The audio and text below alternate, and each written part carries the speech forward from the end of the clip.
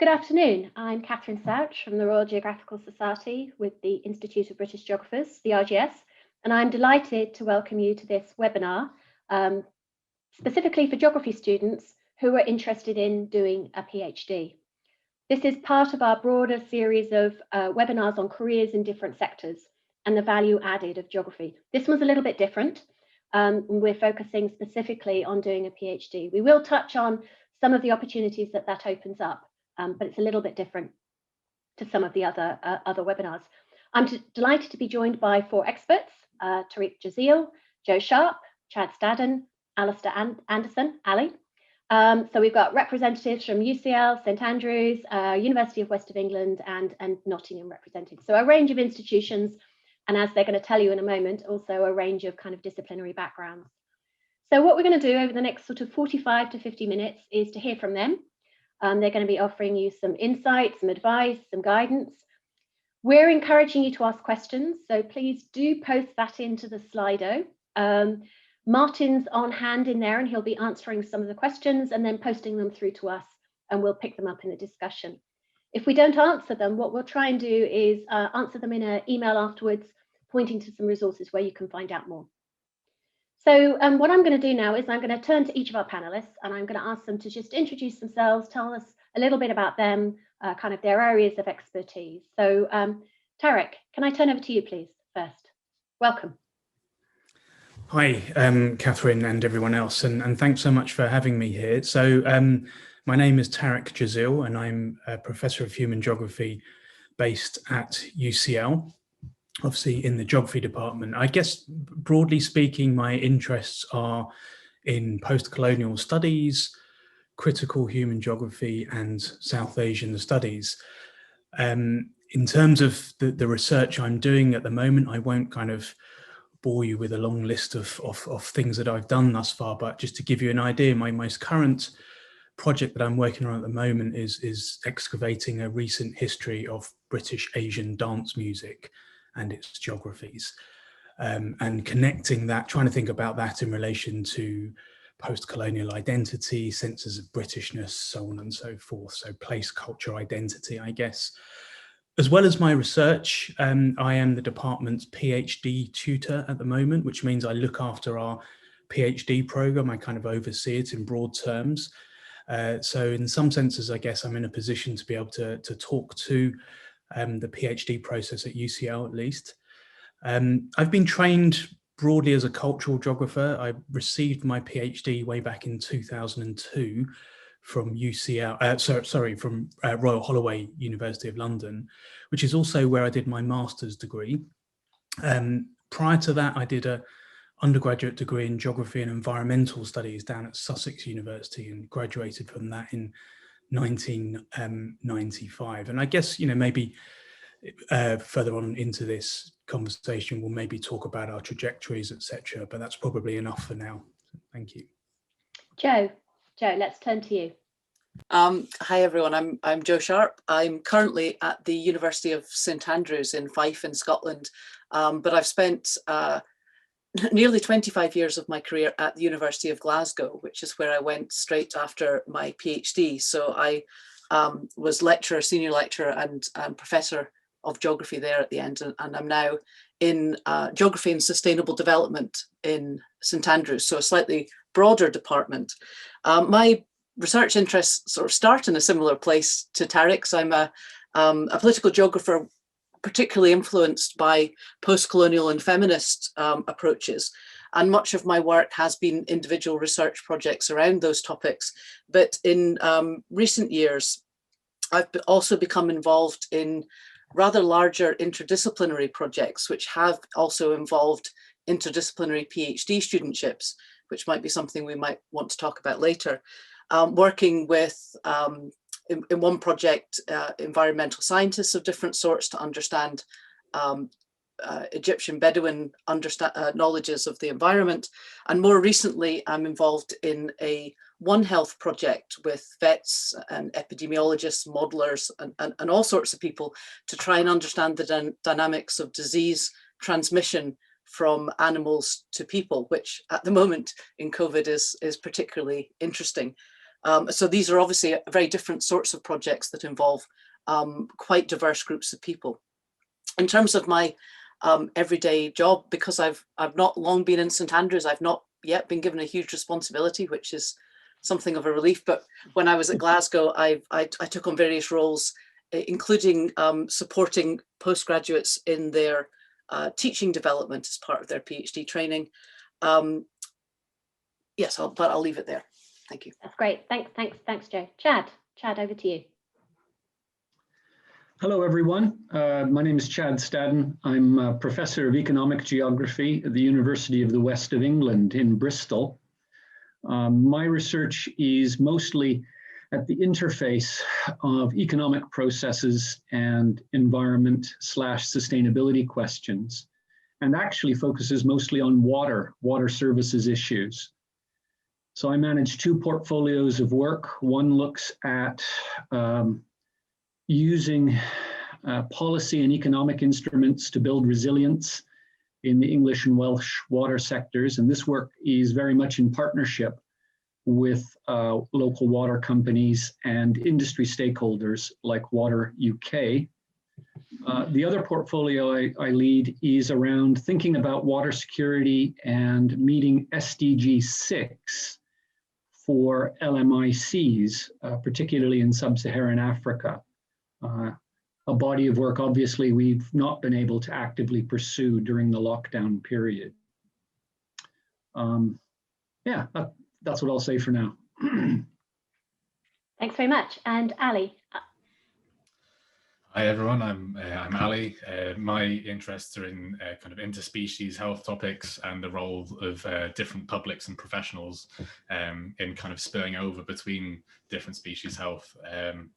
And I'm currently based at the University of Nottingham as a research associate in the School of Sociology and Social Policy, but I've just finished my PhD in human geography at the University of Bristol. My PhD was on pet owners' attitudes and behaviours around antibiotic use and antibiotic resistance, and I was looking at the extent to which there was a spillover in health-based decision-making across medical and veterinary settings. So whether, say, pet owners were picking things up in the veterinary clinic and then translating that into their own health and decisions they made around their own health, or looking after their kids or whatever it might be. I use mixed methods, so I do a bit of qualitative research, so interviews, focus groups, that kind of thing. I also do quantitative work, so social surveys, a bit of kind of coding in R and that kind of thing. I also use some of my PhD funding to get trained in different kinds of qualitative techniques around survey design and development. I passed my Viva in December last year, but I started my postdoc research job in June with a group called the Animal Research Nexus Programme, who are based in 5 different universities around the UK. There's 3 geography departments involved, a history department, and I'm in the sociology department. And in that role, I'm using qualitative research techniques to look at the role of named veterinary surgeons in animal research labs and what they do, why they do it, and how it kind of speaks to the broader veterinary profession and animal research. Great, thank you, each of you. There's already some themes I think we'll pick up in the discussion later on around some of the interdisciplinarity and some of this kind of mobility between different disciplines as well. But recognizing that there's kind of quite a diverse group of students who are going to be watching this video, in terms of thinking about a PhD. I thought we might just sort of go back to talk a little bit more about what a PhD is, or the various different types of PhDs that now exist. So, Joe, do you mind if I turn to you first, just to kind of talk a little bit about, you know, what a PhD is and why people choose to do a PhD? Yeah, I'll get started. I'm sure others will have slightly different takes on this. A PhD traditionally is, an extended piece of original research. I mean, that's what it says on all the documentation. So it's for those people, I think, who get excited about a topic that they come across in their undergraduate work, perhaps something that's come from the dissertation work that you might have done for your undergraduate degree, perhaps something that came up in your, in terms of one of your modules, in terms of one of your classes, that you thought, oh, I'd really like to know a little bit more about that. And that certainly was my experience. I didn't start my undergraduate degree thinking, oh, I'm going to go on and do a PhD, but I got really excited about something in my second year, and decided that that's really what I wanted to pursue. And I think people do get into it for different reasons, but it's a piece of research that will take 3 years of a full-time equivalent. So it's a big commitment to a topic. So it's not for everyone. It's something that I am so pleased I did, and I've never regretted it once. I did have some wobbles along the way, which I suppose we might talk about. But it's something that I found incredibly satisfying and rewarding, because it's a real step up from the undergraduate, where I think as you go through the different years of your study, you get more responsibility for your own projects, for your own research. You take a bit, if you do an honours dissertation, for example, you have a degree of control over what you do. And traditionally that has been a further step up in terms of the PhD research, that it's about producing a piece of original research, but I think more than that, it's about demonstrating that you know how to set up a piece of research, you know how to conceptualize it, and you can maintain the motivation and forward momentum through those 3 years to deliver it.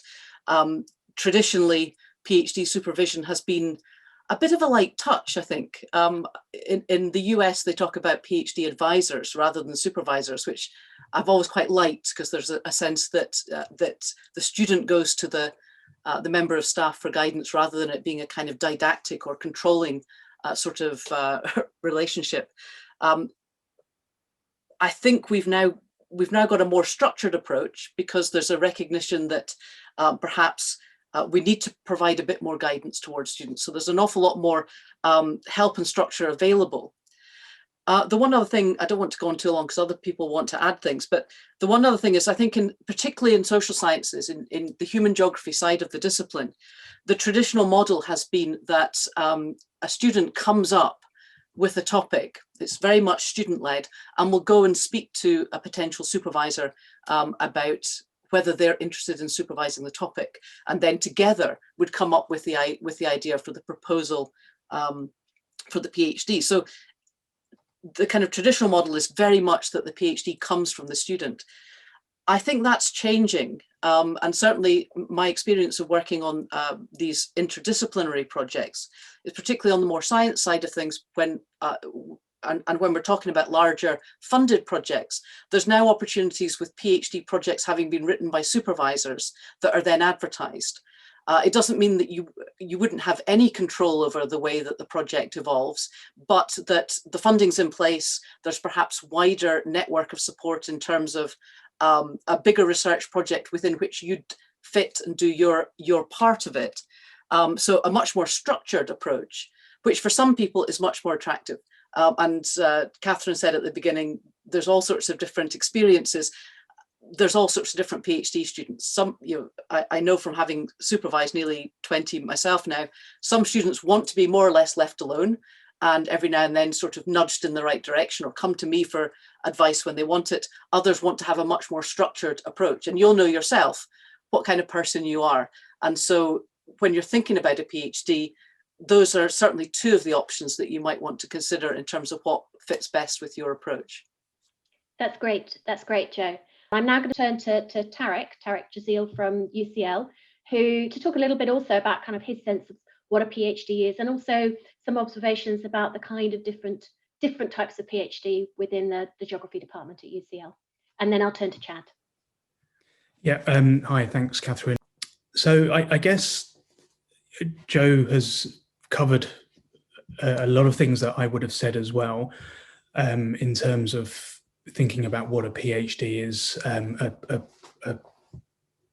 self-directed research project, so on and so forth, and a chance to immerse yourself in something that you're passionate about and want to look into in great depth. I won't go over all of that again, but I guess what I would also add is that I think, and Joe's already alluded to this in some senses, but it's the chance to become part of a community as well. part of an academic community, a research community. So Joe talked about it being a kind of step up in terms of the levels of academic research that you do, or you might be used to doing in your undergraduate degrees or master's degrees. And part of that step up, I think, is really about kind of entering into a sense of academic community and peers and discussing not just your own research, but the kind of literature around you in the field, etc., and really getting a sense of the sense that you are at the kind of forefront of that knowledge production community. A couple of other things I guess I would add is just that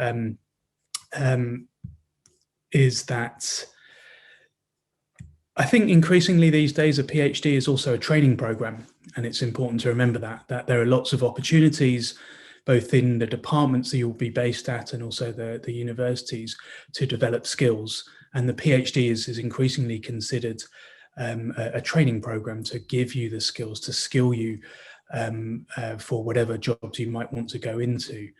And I guess part of that kind of skill acquisition dimension of the PhD program is also a recognition in the higher education sector and in the academy that PhDs do and should lead to many more careers beyond just the academic pathway.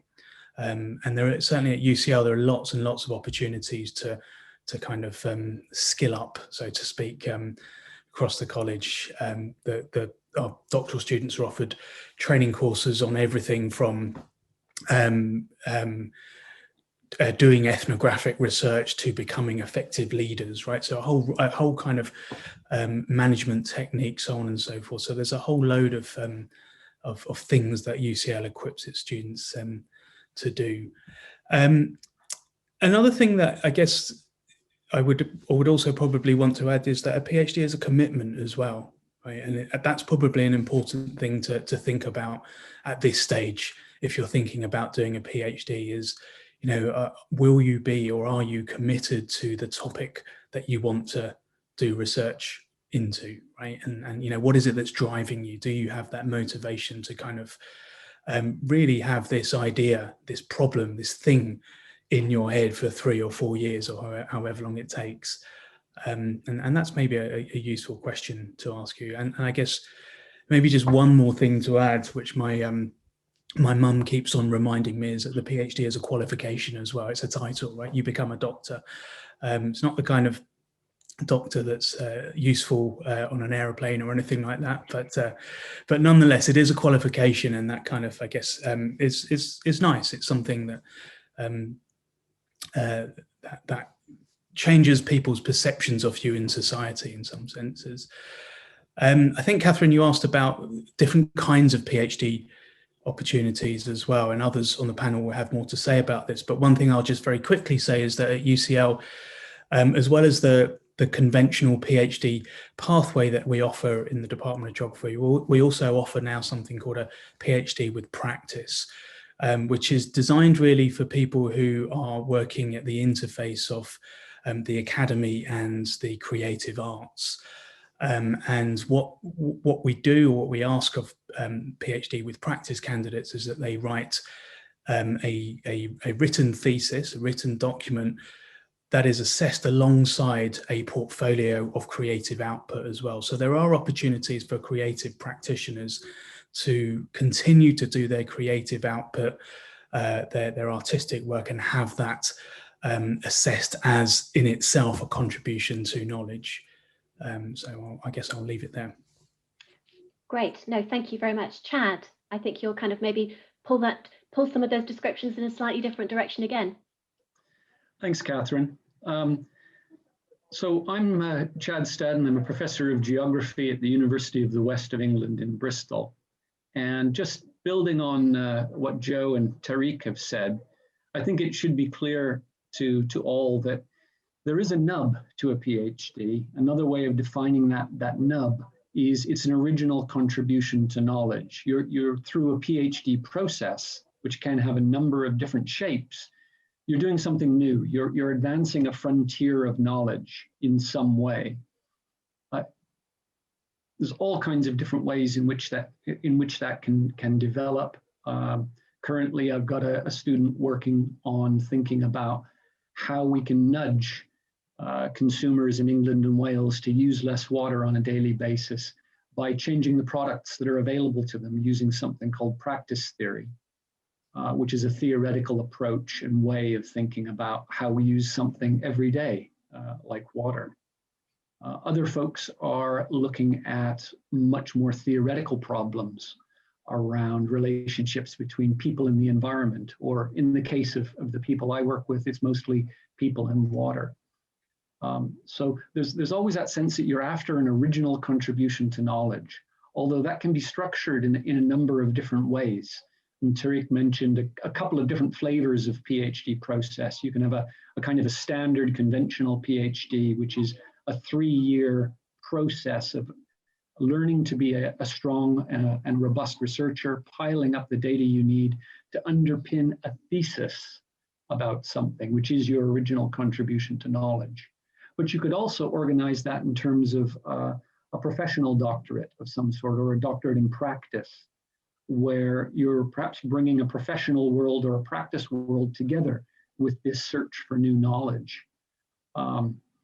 At UWE Bristol, we also have something called a professional doctorate that's actually particularly aimed at people coming out of practice. So I've had PhD students coming out of water companies who've had a particular question that's been bugging them for years and years and years, and they take an opportunity to jump out of the Monday to Friday, 9 to 5, to try and find an answer to that question.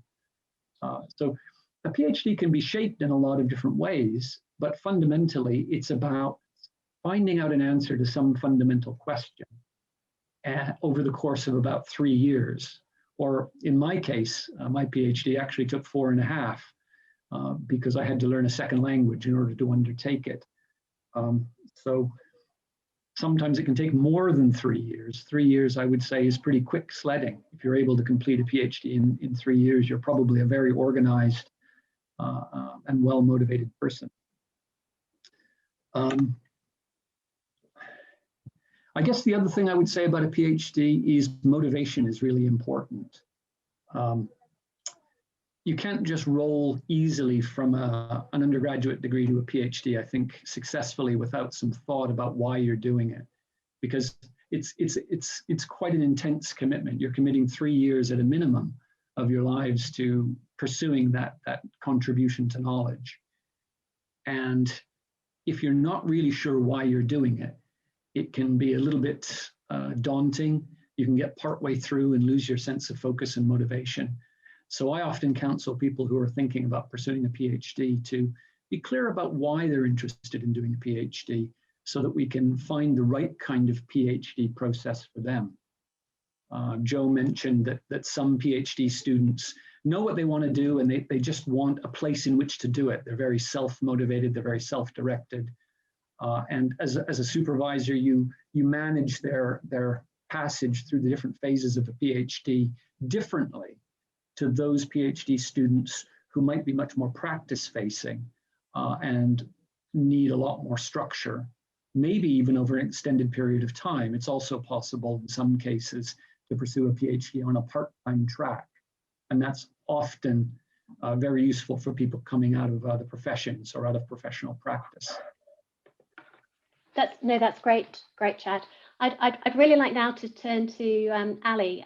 You're obviously the most recent graduate of your PhD, completing it. So if you might want to reflect a little bit on your own personal motivations. But I think would also be really helpful for you to then elaborate a little bit more. It's been very clear about the research component. Both Joe and Tariq have talked a little bit about that strong training element to it as well. And I know that you also took some opportunities during the course of your PhD to develop your particular interests and expertise as well. So can you tell us, come in and say whatever you'd like to say on that. So I think I broadly agree with pretty much everything that's been said so far, but I think what these 3 takes illustrate is that a PhD is kind of a different thing to different people. And there's a core component to it, which is that you have to be assessed in some way. Usually that takes the form of writing a thesis and then doing the viva. As Tarek said, there are other ways. So I had a colleague recently who was an artist in doing a human geography PhD, and they structured their Viva in a art gallery. So they'd done art alongside their thesis, and the Viva examination took place in the art gallery. So really it's not really a super kind of structured assessment. There's creative ways you can go about doing it. But over the course of my PhD, with the kind of being cognizant of the job market for academics at the minute, I became quite cynical thinking about what I was doing, why I was doing it.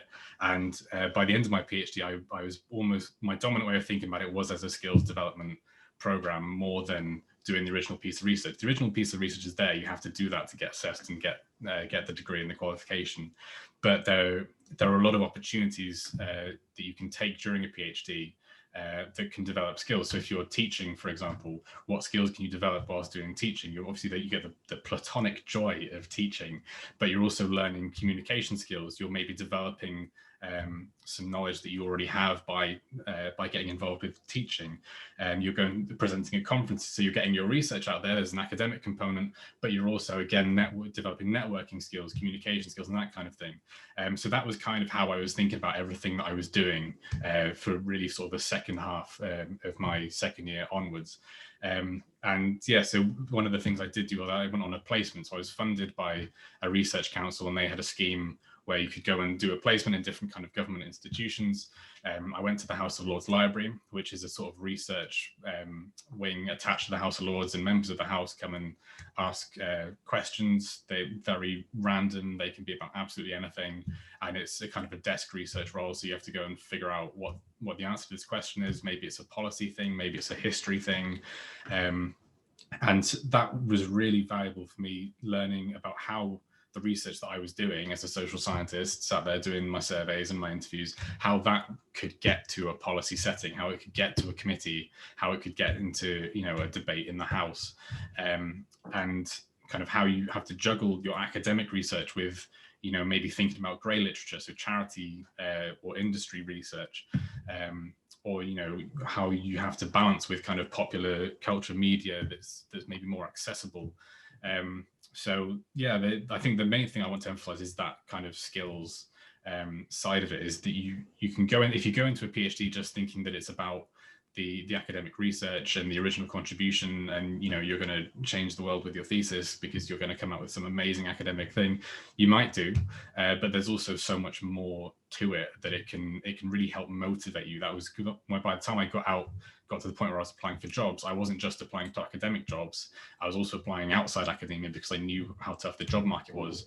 And I could sit in an interview. I did an interview in the civil service social research arm, and they were asking me questions about statistical techniques and stuff. And so I was drawing on how I would explain things to students, because if you've got a class of 100 students, they will all think about, you know, how to interpret a chi-square test a different way, and you'll have to explain it 5 or 6 different ways.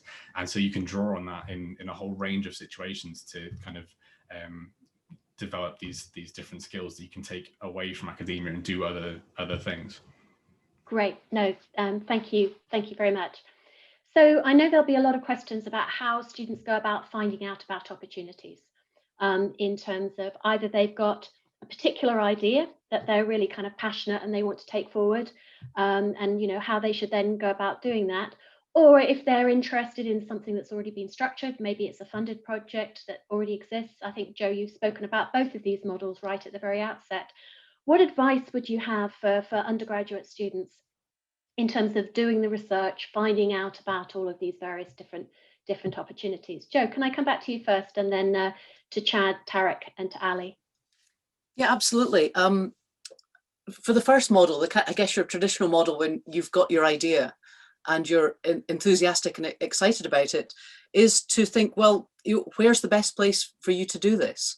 Catherine already alluded to this. When I got excited about the ideas that I got excited about as an undergrad, it was primarily because I read, I mean, it was a variety of literature, but I then read a book by John Agnew, who was then professor of geography at Syracuse University, and I just thought, this is who I have to work with.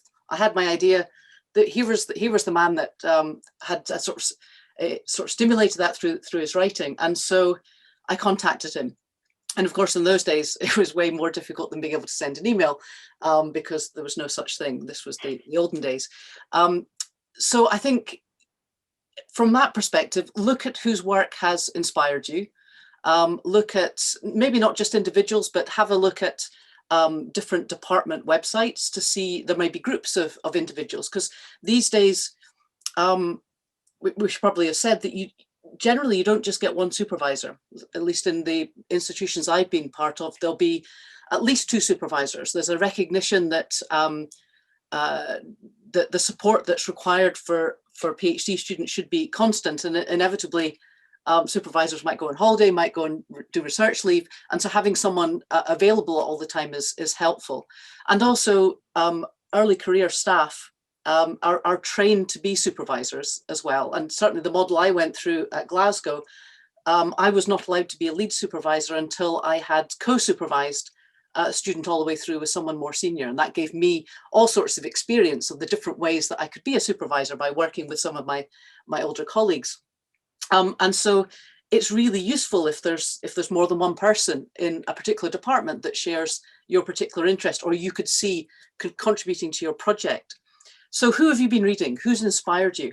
And it's always better if you're then going to approach that individual to give some indication of how their work has inspired you. I'm always surprised at people who contact me with a completely generic request. I have no sense that they know who I am or what work I might do, but there's a sense that they've just sent out emails to every single department. You know, flatter me a little bit. Give me some sense that there's a reason why I might be a good supervisor, because as my colleagues have said, there's a huge amount of work involved in producing a PhD from the student, but also from the supervisor. This is a commitment from both sides of the arrangement, and increasingly there is a sense almost of being kind of a contract that you both kind of make promises to each other in terms of what you'll be kind of delivering over the 3 years. So if I'm going to commit 3 years of my time or 4 years of my time to working with you on a project, I want to know that there's a reason why I'm the person to do that. And once that commitment's made, I've found the process incredibly rewarding, and I've almost inevitably learned more from the students than I think they've learned from me. It's a two-way process. So write to me, write to your potential supervisor, explaining why you found their work interesting, and how you would like, what kind of project you'd like to do, and seeing if they'd be willing to help you try to find funding. In terms of those that are already established, the ones that are perhaps part of a bigger project, those will tend to be advertised on Find a PhD or something like that, or advertised through department websites. Again, I would anticipate that you'd know something of the work of someone in that network, so that you would find them by going to their webpage, seeing that they have a PhD available. So again, even if the project is already sort of written, if you were to contact the supervisor and say, I've been really interested in this particular work you've done. I see you have a PhD. I think my interests could fit this way, and establish that relationship as you're putting your application in together. Put your application in. So I think regardless of what type of PhD it is, have a very specific, tailored inquiry. And begin to set up that relationship that you would have with your supervisor. And I really can't state enough the importance of making it clear why that person, why that department, why that project. Thank you. Invaluable advice there. Chad, anything to add that you'd like to add to that? Well, I would strongly echo Joe's point. You're potentially entering into a 3 or 4 year relationship, which in fact extends well beyond 3 and 4 years. And for some of my PhD students, it's 10 years plus since they completed, and we're still working together, either actively or more intermittently, as they move from one position to another. They might ask for reference letters of various sorts for projects or for posts. So the relationship is potentially lifelong, and that just underlines the importance of getting to know the locations you're thinking of studying in. Don't be shy. reach out. Any of us on this webinar would say the same thing. We like it when people reach out to us and say, you know what, I'm kind of interested in your work on water resilience, and I'd like to chat with you about it. Might even like to do a PhD. I will clear space in my diary to talk with you about that. And we'll see where it goes. Because you're choosing a topic, you're choosing a community to work in for a minimum of 3 years, probably a little longer. Most PhDs can take a little bit longer than that. And so you need to know that you're going to be welcome, you're going to feel comfortable, you're going to feel nourished and sustained and happy in that environment over that period of time. And you're going to be part of the community even longer beyond the completion of the PhD itself. So reach out early, engage that discussion, and figure out for yourself whether I love your ideas, but maybe I'm going to work with your colleague on the other side of the fence. That's fine. That's all part of finding the right place for you. And that can't start early enough, in my view. I would echo Joe's point. It's always a bit dispiriting to get an application from a student you've never heard of, a prospective student, who's clearly prepared a number of applications to a kind of a template and possibly just sent them out as a job lot. That's much less convincing and compelling than receiving a formal application from someone you've spoken to a few times. And you can say, oh yeah, I remember talking to that person, and I remember their thoughts about that. That's really exciting. Tarek, I'm going to turn over to you to see if you've got anything to add to that. And then I wondered whether you could also maybe talk a little bit about whether there's a cycle to this in the year in terms of kind of the process of actually applying and how that might work in a sort of a large institution like UCL. Yeah, and I can echo what both Joe and Chad have said, but from the perspective of the graduate tutor in the department, because I field a lot of inquiries that come in, generic inquiries, I would call them, these are the kinds of what not to do that Chad and Joe have just spoken about, which is that sort of email the graduate tutor or email the someone in a department and say, I want to do a PhD in your department on X, Y, and Z. Can you tell me who should supervise me, right? That's not really the way to get a response. That's not the way to kind of go about it. And it comes back to, what we said about what a PhD is, etc. And the kernel of it is this idea of a research project, a kind of close relationship with a supervisor who helps you develop that project that you take on by yourself and so on and so forth. And I think, we want those kind of close working relationships, and we want that sense that a potential student is really interested in something that I am interested in as an academic, or one of my colleagues is interested in, and so personalize. And I think that's the way to really kind of take that sort of discussion about doing a PhD in that institution, in that department forward. I would add then, and this kind of comes to the second part of your question, I guess, Catherine, but I guess I would add that one of the things that's becoming increasingly important beyond that relationship with the supervisor is what funding councils refer to as the research training environment that you're proposing to set up for yourself as a PhD student. And what they mean by that, and what we mean by that, is, how does the department and the institution serve you and your interests, and the projects that you propose? So it's not just about the fit between you and a particular supervisor. It is that, and that is hugely important for all the reasons that have already been talked about. But it's also about the kind of other networks that you can make and connections you can make, both in the department you want to work in, but also the institution you want to work in as well. So, for example, at UCL, people might be in contact with me about doing a PhD in some area that's broadly related to South Asian studies. And one of the reasons that they might be interested in UCL for that set of reasons is because UCL has a centre for the study of South Asia and the Indian Ocean world as well. So they can think about how their PhD might nestle between my own research and that centre, for example. So that's really important as well. In terms of cycle, this is another really, I think it's a big problem actually, because it's not a problem, but it's something to think about. You have to think about your PhD topic, all the things we're asking you to do, to think about how you want to develop a project, etc. comes really early on in the academic year, actually. And you really should be making these kinds of approaches to potential supervisors in the months before the kind of the Christmas period, I would say, to really establish a communication with a potential supervisor, a potential department and institution about a potential project, because the funding deadlines, certainly in the context of UCL and the various funding schemes that we're involved with, tend to be around sort of early January, the initial deadlines for a September, October start.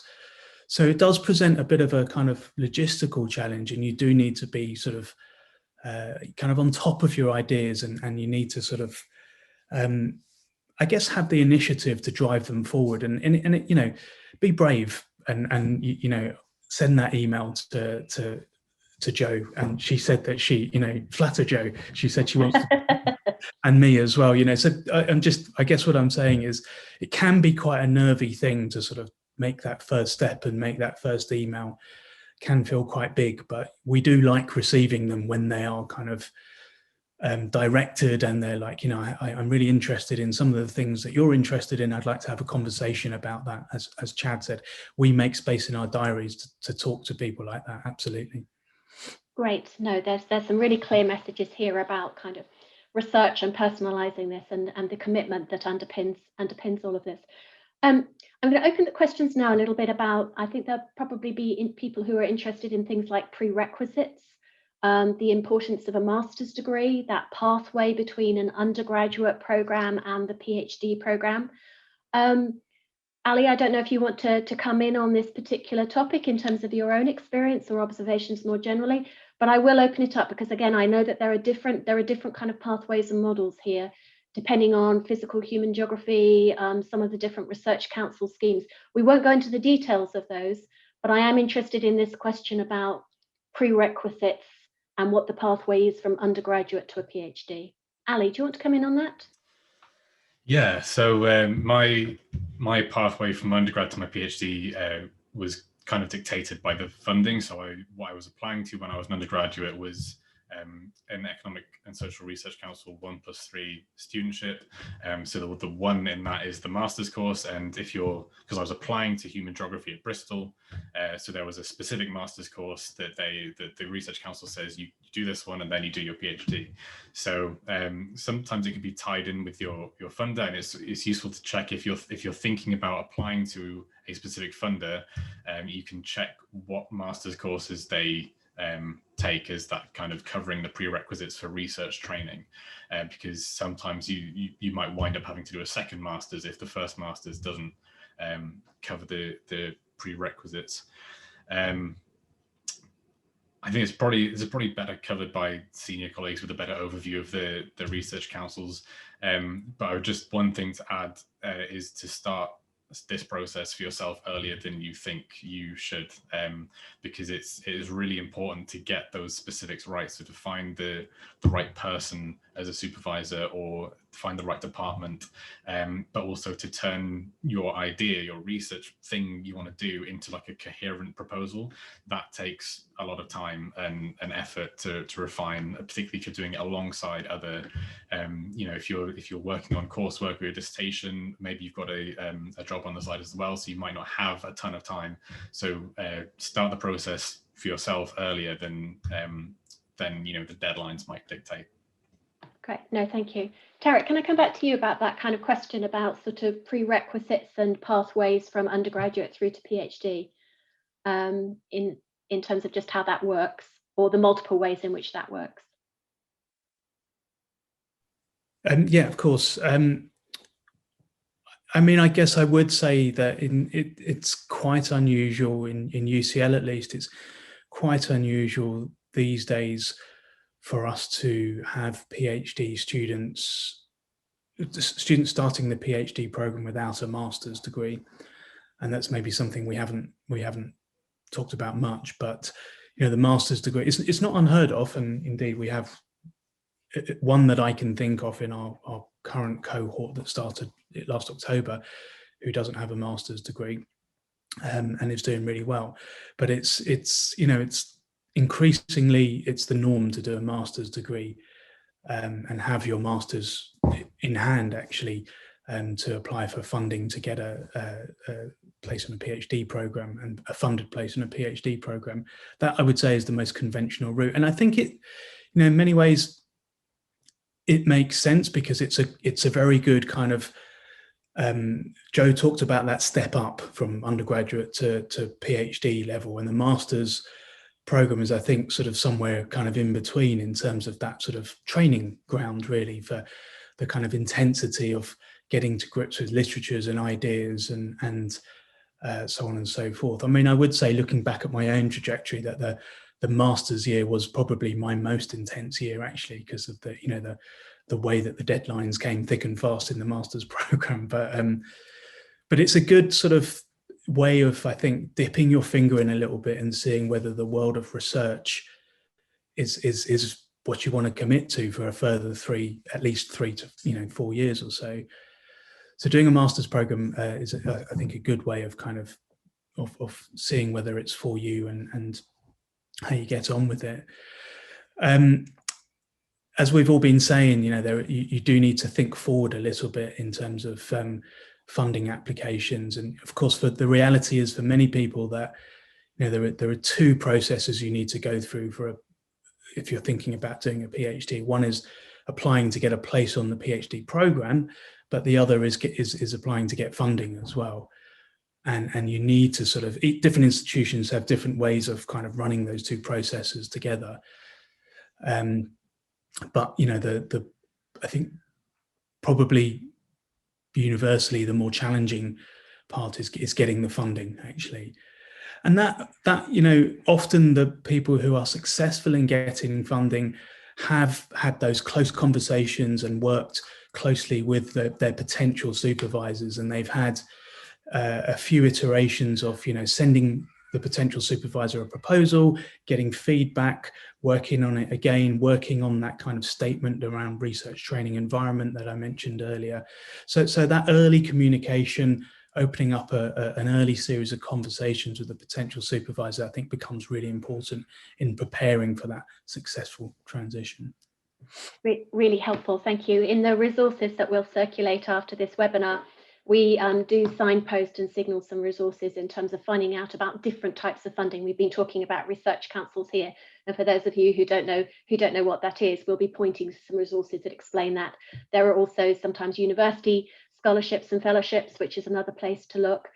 Sometimes we've made reference to, Chad made reference to some of the kind of more professionally oriented PhDs and partnerships where there may be a commercial, a business sponsor who's part funding or funding this. And of course, there's also the model of doing PhDs part-time. We've been talking about full-time, but actually a not insignificant, actually quite large number of students do PhDs part-time. It obviously takes longer. We've been talking about the full-time equivalent, but it does open up other ways of funding and enabling individuals to do PhDs. But I do want to have the chance to go around the panel one last time and give them a chance to kind of offer any last pieces of advice, any insights, anything that they want to say that they haven't had a chance to say already, or just to kind of stress something that they already have. So Joe, I'll come to you first, then Ali, then Tarek, and Chad, you get the last word. I don't think I really have an awful lot more to add, actually, but I think you're listening to my colleagues talking about that contact with the supervisor and the fact that it sort of becomes a relationship. It reminds me of the importance not just of the academic side of things, but really about having a chance to speak to your potential supervisor to see if your approach to work is similar. I mentioned at the beginning that some students really like to be well structured. Some students like to be left a lot more to themselves, and similarly, different supervisors have different approaches. And so one of the things you might that's really helpful is to see whether you have a similar approach to how you'd want to do your research.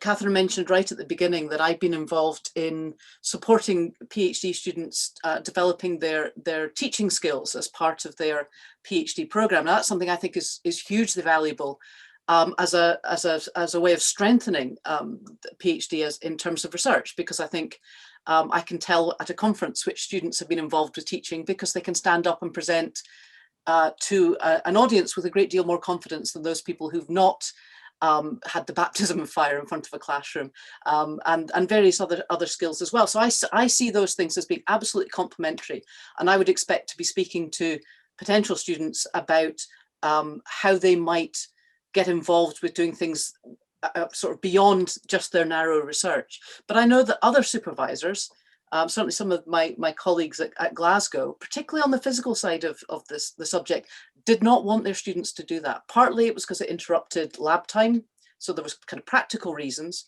but there was different philosophies for what a PhD should be about. And I think it's really important that your vision matches your potential supervisor's vision. So once you've got beyond that first stage of what the topic might be, are they interested in supervising the topic, have a talk with them about the way that they imagine the PhD unfolding, to make sure that you're on the same page there as well. But if it is for you, go for it, because it's a fabulous experience. We've been talking about a lot of the what ifs and buts, but yeah, as I said right at the beginning, it's something I've never regretted. Excellent, thank you, Jo. Ali. Yeah, just to echo, I mean, I've just finished my PhD, and if I had the time again, I would do it again. But I think maybe this is the cynicism of me having just finished my PhD coming out. But I think the main thing to think about is what do you want from the next 3 to 4 years of your life. You know, you don't have to do a PhD now. You can do a PhD later. You can go and work in industry for 10, 20 years and then come back and do a PhD rather than going straight out of undergrad. You know, if starting a career is something you want to do, then maybe go and do that, because a PhD, having just finished my PhD, I'm really starting my career 5 years behind my undergraduate colleagues. But if you've got the curiosity and you've got kind of that like itch, I don't really know how to describe it. It's kind of like an itch where you have a question and you just want to chase it. I think you then by all means go for a PhD, because that's really the core thing that will get you through is having that work ethic combined with that curiosity, but also understanding that there's more to the PhD than just the work ethic and the curiosity. There is the teaching, the networking, the developing all the different skills. So yeah, I think the biggest question, beyond the practicalities of putting an application together and getting in touch with the right people, is really being honest with yourself about where you want to be in 5 years. And if you want to do a PhD, you might still want to do a PhD in 10 years time, and you don't necessarily have to do it now.